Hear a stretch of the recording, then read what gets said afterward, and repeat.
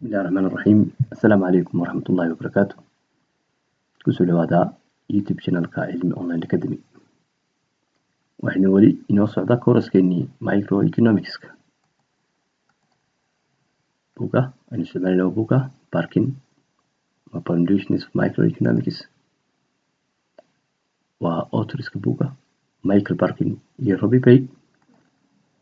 buuga waxaynu maraynaa part 2ga gaar ahaan chapter 4 elasticity. Okay, sidaynu hore soo sheegnay elasticity waxay sheegaysaa the responsiveness or how sensitive quantity demanded quantity supply to a change price. Price markuu isbedelo labadaasi quantity demanded quantity supply si isu bedesha. casharadii ugu dambeeyay waxaynu kaga warramaynay arrimaha kale elasticity iyaguna la xiriira. Demandkaynu ka warranay markii hore formula waa taa elasticity of demand, price elasticity of demand sida lagu helo change of quantity, percentage change of quantity demanded divided by percentage change of price. inagoo marka halkaa ka duulaynaa waxaa jira waxyaalo kale oo iyaguna elasticity-ga la xiriira oo aan iyagu price elasticity ahayn. waxaan ku sheegnay saddex wax: income elasticity of demand, cross price elasticity of demand iyo price elasticity of demand. casharkeennii ugu dambeeyay waxaan ka warranay income elasticity of demand. waxaynu marka dadka dakhligoodu kordho waxaa jira itemska qaarkood quantity ay demand garaynaya ay kordhayso. That means quantity demandkoodu wuxuu ku xiran yahay income-kooda. As income increases, quantity demand increases. taas ayaa waxaa la yidhahdaa marka income elasticity. alaabada qaarkoodna waxaan yidhi income-ka qofka marka uu kordho way yaraadaan isticmaalkoodu. kuwaan waxaan inferior goods baa la yidhahdaa. marka saddexdaa arrimood oo aynu soo sheegnay ayaynu eegaynaa. income elasticity of demand measure how quantity demanded of a good respond to change in income. other things is equal. waxyaalaha kale oo dhan waxaan kasoo qaadan inaan isbedelin.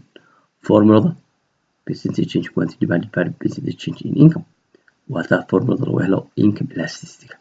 percentage-ka change in quantity demanded ay isbedelayso.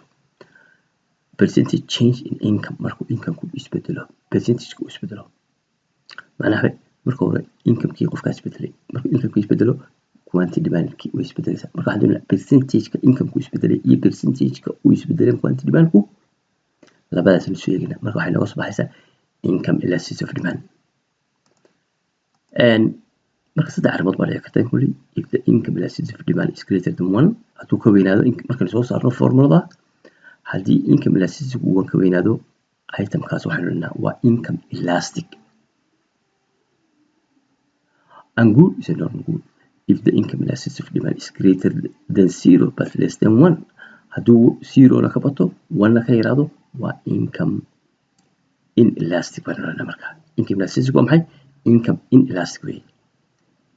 ولكن normal good. if the income elasticity of demand is less than 0 hadduu 0 ka yar yahay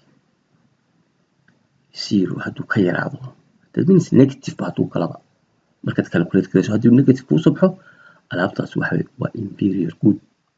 waa alaabta xun wey. inferior good alaab xun maaha ha u qaadan yani alaab ceeb leh maaha.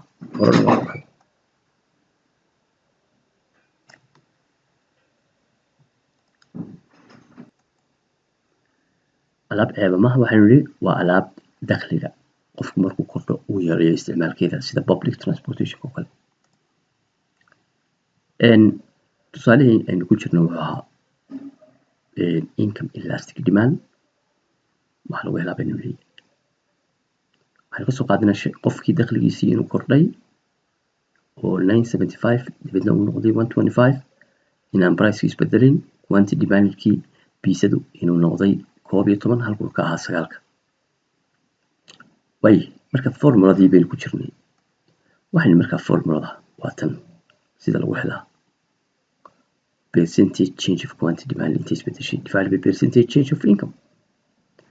percentage change marka change of income intaan waxa lagu helaya change of quantity quantity isbedeshay oo loo qaybshay average-keedii labada quantity average-koodii tan waxaan income-kii ayaa intuu isbedelay baa waxaa loo qaybinayaa average income-ku intuu isbedeshay average income-kaa loo qaybinaya marka formula baan halkan ku qornay waxa weeye dakhliga oo kale 1025 buu noqday markii hore waxaa 975 average-kiina waa intan waa labadooda loo sugayay divided by 2 inta marka inta uu isbedelay income-kii oo uu kordhay 50 buu ahaa labadan average-kooduna waa 1000 5% baa soo baxay kanna 12 bay noqday quantity-gii markii income-ku kordhay markii horena waxa la iibsan jiray 9 average-koodiina waa kan intaana waxa ka soo baxay 20 markaan isu qaybino 20% iyo 5% 4 baa la soo baxay 4 hadduu soo baxay it's greater than 1 wuu kan weeye mar hadduu 1 ka weyn yahay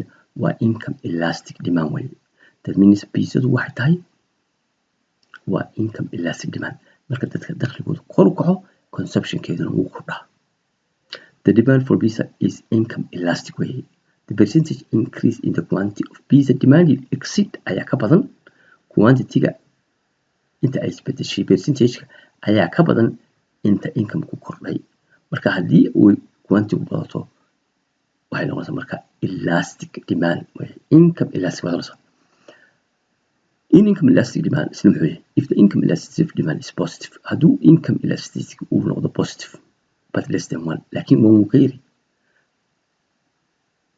demand is income inelastic demandkaas wuxuu noqonayaa marka income inelastic buu noqonayaa the percentage increase in the quantity demanded is positive but laakiin less than the percentage increase in income waxa weeye percentage-ka ay kordhay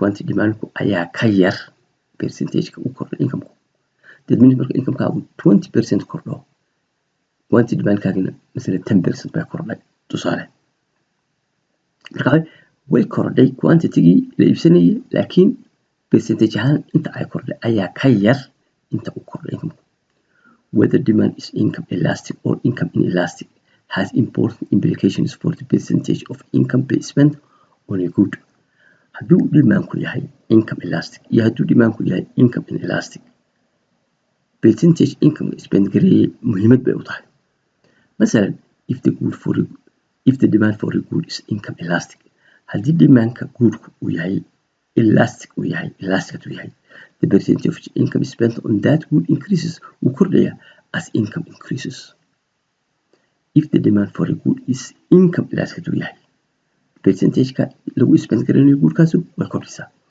and if the demand for a good is income inelastic hadduu yahay the percentage of income spent on that good decrease as income increases percentage-ka income-ka lagu spend garanayo goodku wuu ka yaraanayaa inta uu kordhay marka waa isku opposite bay yihiin labadooda marka shayada qaarkoodna waxa weeye in badan bay isbedelayaan shayada qaarkoodna wax yar bay isbedelayaan marka labadooda saas ku kala duwan yihiin haddii uu shaygu yahay inferior good waxaa alaabada income-ku marka qofku kordho uu yareeyo consumption-keeda waxaa la inferior good if the income elasticity of demand is negative hadduu negative ka noqdo marka soo xisaabiso hadduu negative noqdo the good is inferior good goodka waxaa la yidhahdaa inferior good the quantity demanded of an inferior good and the amount spent on it decrease when income increase macnaa inverse relationship baa ka dhexeeya haddii income-kii kordho quantity aad demand garanayso hoos bay u dhacaysaa